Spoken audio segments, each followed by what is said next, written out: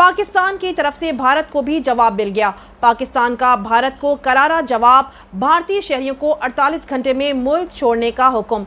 पाकिस्तान ने भारतीय शहरियों को 48 घंटे में मुल्क छोड़ने का हुक्म दे दिया और वाघा के रास्ते से भारत से तमाम सरहद पार आमदोरफ्त मुअत्तल कर दी।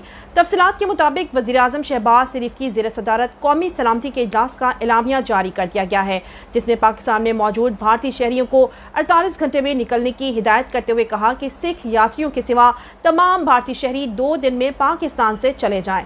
भारतीय हाई कमीशन का अमला 30 अफराद तक महदूद करने का फैसला करते हुए भारतीय दफाई, फिजाई और बहरी मशीरों को नापसंदीदा शख्सियत करार देकर पाकिस्तान छोड़ने का हुक्म दे दिया।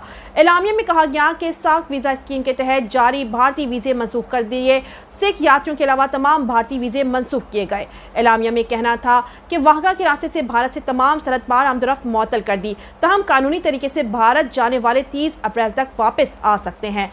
एनसी से अपने मौक़िफ़ में कहा कि पाकिस्तान किसी को अपनी खुद मुख्तारी, सलामती और वक़ार पर समझौता करने नहीं देगा। भारत का कश्मीर पर कब्ज़ा अक़वाम मुत्तहिदा की करारदादों की मुसलसल खिलाफ वर्जी है।